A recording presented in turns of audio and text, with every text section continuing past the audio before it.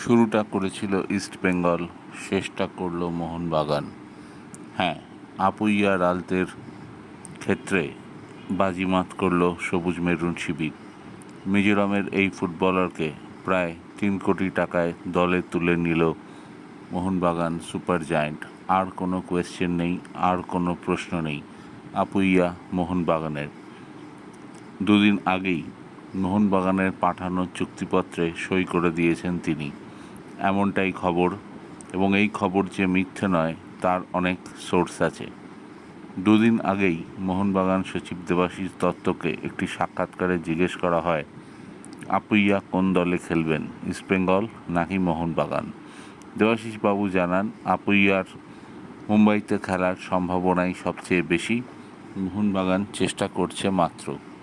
তবে দেবাশিস বাবু যখন এই কথা বলছেন তার চোখ মুখ এবং বডি ল্যাঙ্গুয়েজ এতটাই কনফিডেন্ট ছিল যে দেখে মনেই হচ্ছে আপুইয়া মোহনবাগানে সই করে দিয়েছেন।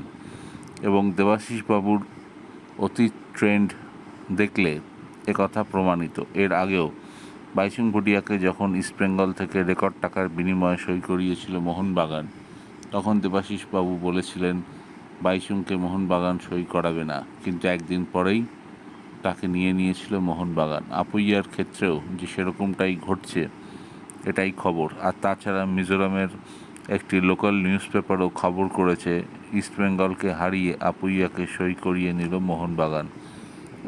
আর টাকার অঙ্কের ক্ষেত্রে মোহনবাগানের সাথে লড়াই করতে পারে ভারতীয় ফুটবলে এমন ক্লাব খুব কম রয়েছে।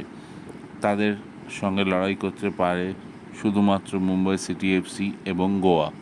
ইস্টবেঙ্গল তাদের সঙ্গে লড়াইতেই নেই, এটাই জানিয়েছেন দেবাশিস দত্ত।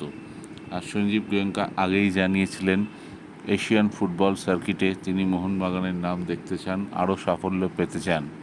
ভারতীয় ফুটবলের আইএসএলে তিনি থেমে থাকতে চান না।